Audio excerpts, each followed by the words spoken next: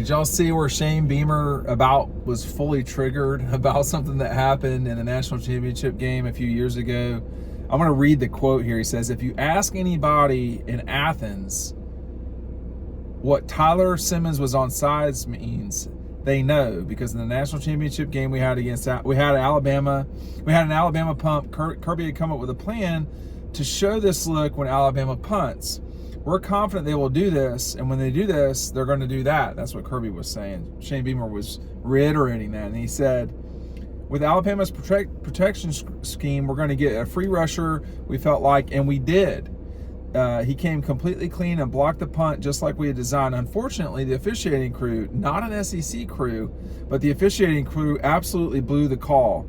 I don't want to say it cost us a national championship, but it was definitely a significant play in a game that potentially cost us a national championship that night. That block punt happens early in the second half, and there probably isn't an overtime. I've gotten past it, as you can tell. It doesn't bother me anymore. That was Kirby. Whole month. Wait, hold on a second. He says, we had a whole month to do work on it, and he was exactly right. So to say they did work on it for an entire month also suggests that they were pre-planning that. They were not just planning for Oklahoma that year. They were also getting ready for Alabama as well. I wonder if they were getting ready for Clemson. I'm sure they were. But I was there for that. I was right there for that. And so Georgia just really dominated that game in the first half. I think they were up 13-0, but I'm pulling up the statistics right now. It is always curious to see the reaction of coaches who have left.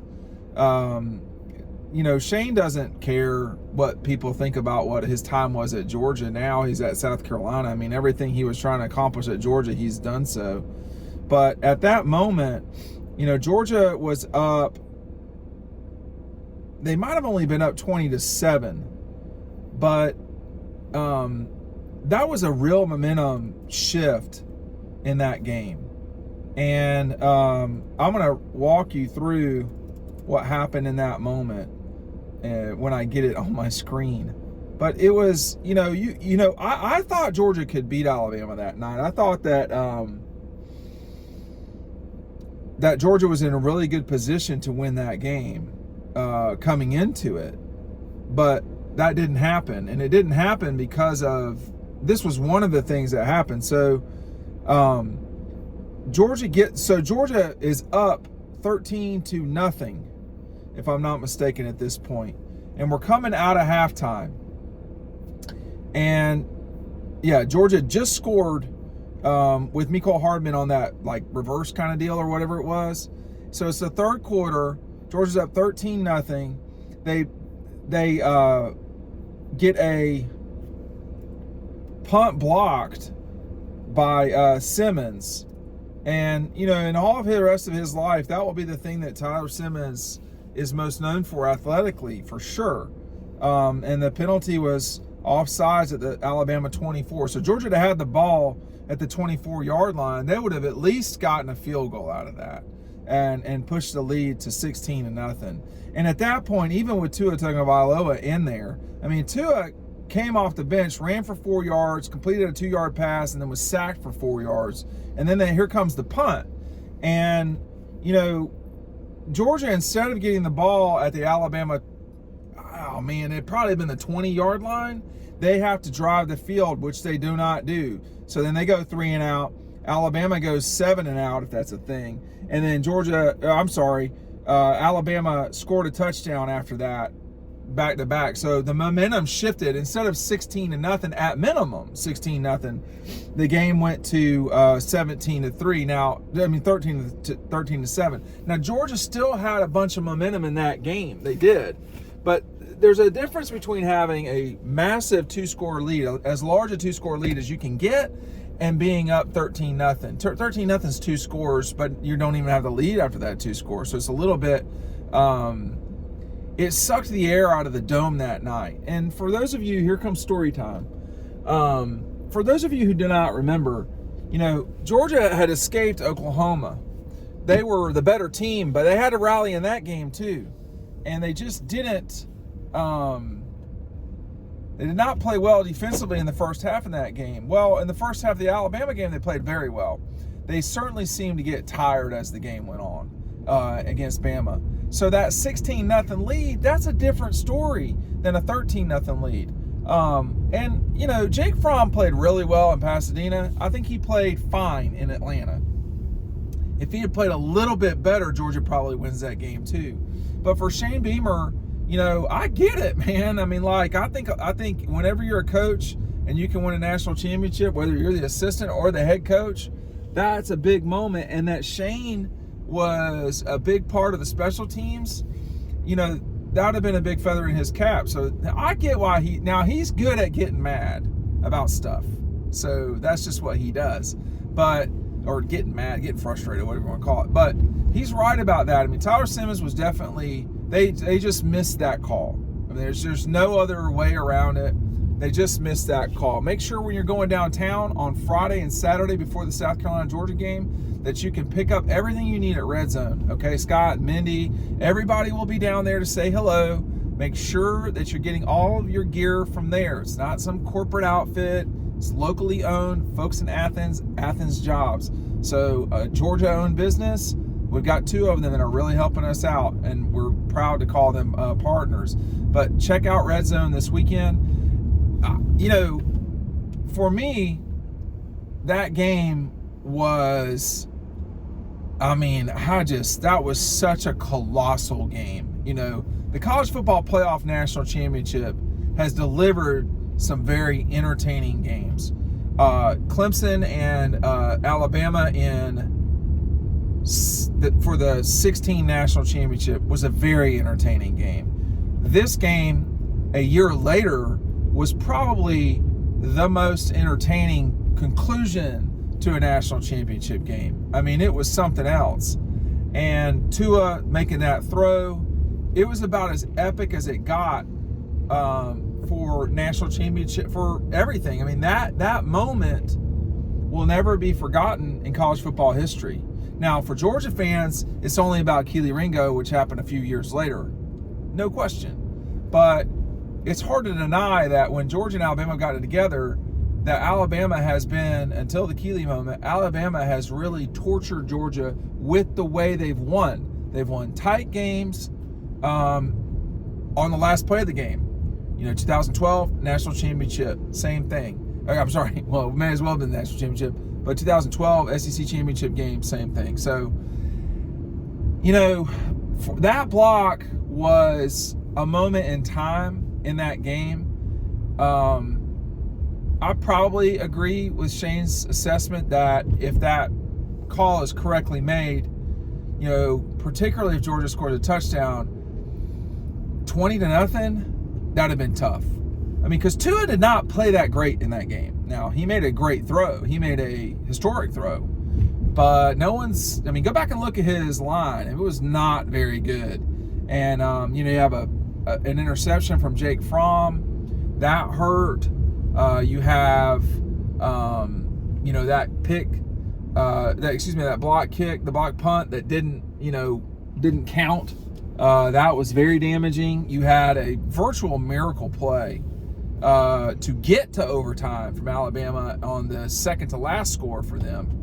That, you know, one reason why I'm not so sure you can definitively say what Shane said is that Alabama had a chance to kick a field goal to win the national championship as time expired. They missed that kick.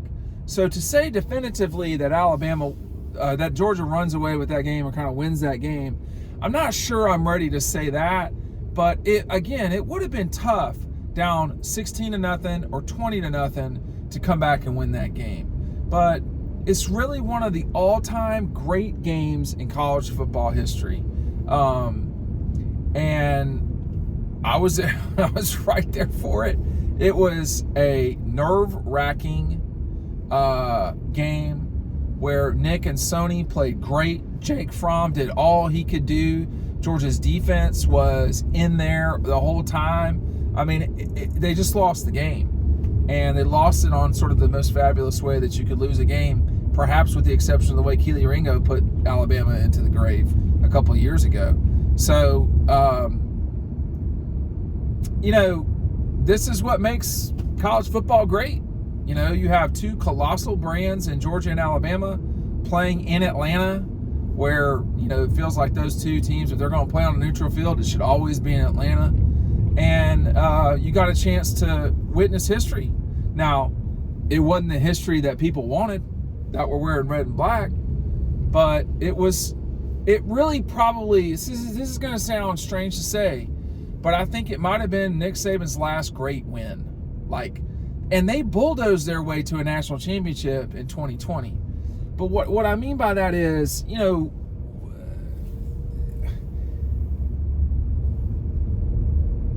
that was Nick's, I think that was a great,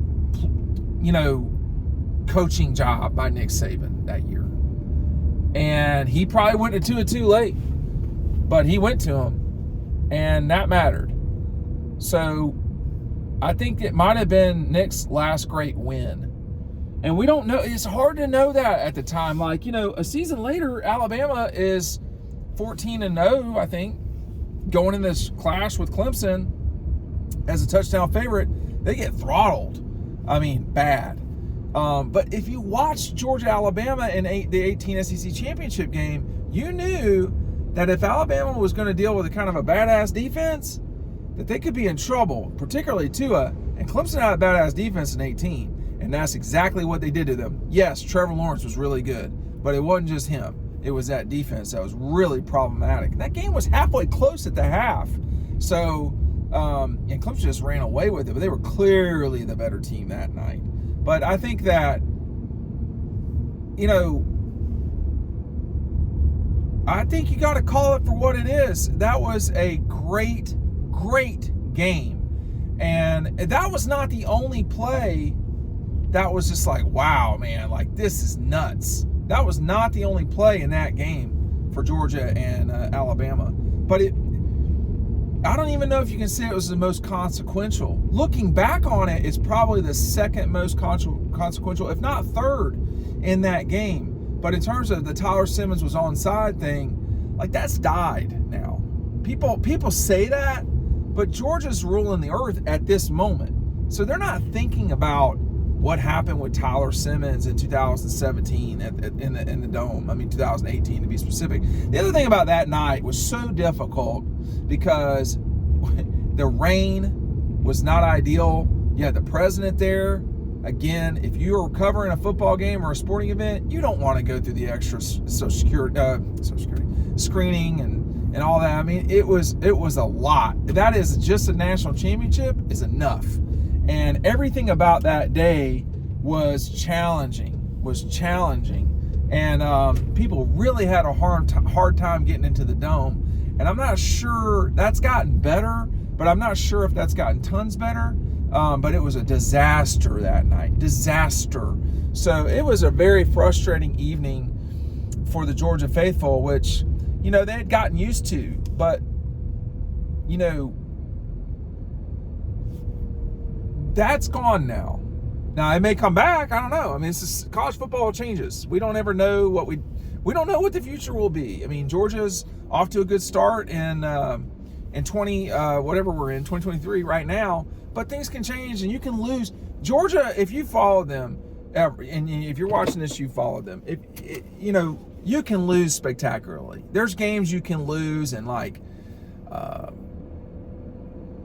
sort of inexplicable ways.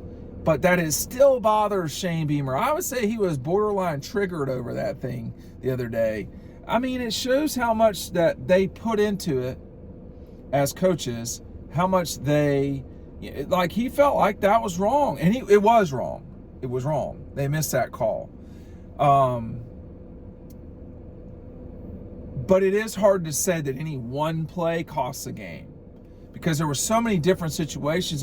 If you think about what Ledbetter, and I think it was DeAndre Walker, if you think about what Ledbetter and DeAndre did, sacking Tua and getting it to 2nd and 26, Alabama looked done right there. That thing looked totally over. I know I was thinking in my brain, how am I going to do this right now? I'm getting ready to switch lenses and stuff. There's a lot of post-game stuff that you have to think about.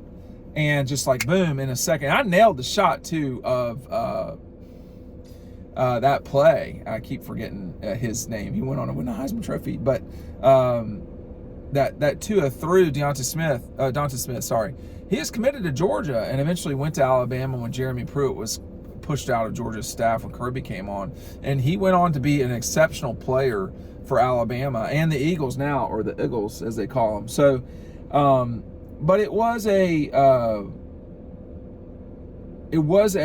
huge clash between what was becoming the best two teams of that era of college football. When you look at that game until today, those two teams from 17, 18, 19, 20, 21, and 22 have won 4 of the 6 national championships available. So Alabama may well be sort of sliding away right now, or sliding, but at that moment, they were still definitely peak Alabama. I would argue they were still peak Alabama, perhaps slightly not peak, but you get my point. They had that national championship and one more in them, and maybe more in the future. We don't know. But that game was a clash of the Titans. Nick and Kirby's first time playing one another. Georgia after a huge Rose Bowl win. That was such a huge moment. That's the second most watched football game this decade, only behind the first college football playoff national championship game. I believe now this I could be wrong about. I believe it's the third most watched game in this century of college football. So when Georgia and Alabama get together, there is a lot of eyeballs. We all know, Georgia brings a lot of people, Alabama brings a lot of people, but it's the matchup of the two. And as epic as the 2021 game between these two was, I don't know if it was as epic as the 17 matchup, to be honest with you. And there was a lot riding on that too as well, just to say this as well. It looked like Kirby was just going to come and yank the carpet out from underneath Nick completely in that moment. It looked like it was totally possible. But, Alabama, to their credit, rose to the occasion and won that game. They did. And that punt block will always go down as something to talk about. And had Georgia not won national championships recently or since then, people would still be talking about that now. And it was good to hear Shane's thoughts on it. I know he was bothered by it. I get it. Whereas he might not have seen a national championship since then, Georgia has. And so I think Georgia folks have moved on to some degree, but I know there's a lot of y'all that will always hang in there about it. Hey, check out Red Zone this weekend. We'll see you on the website.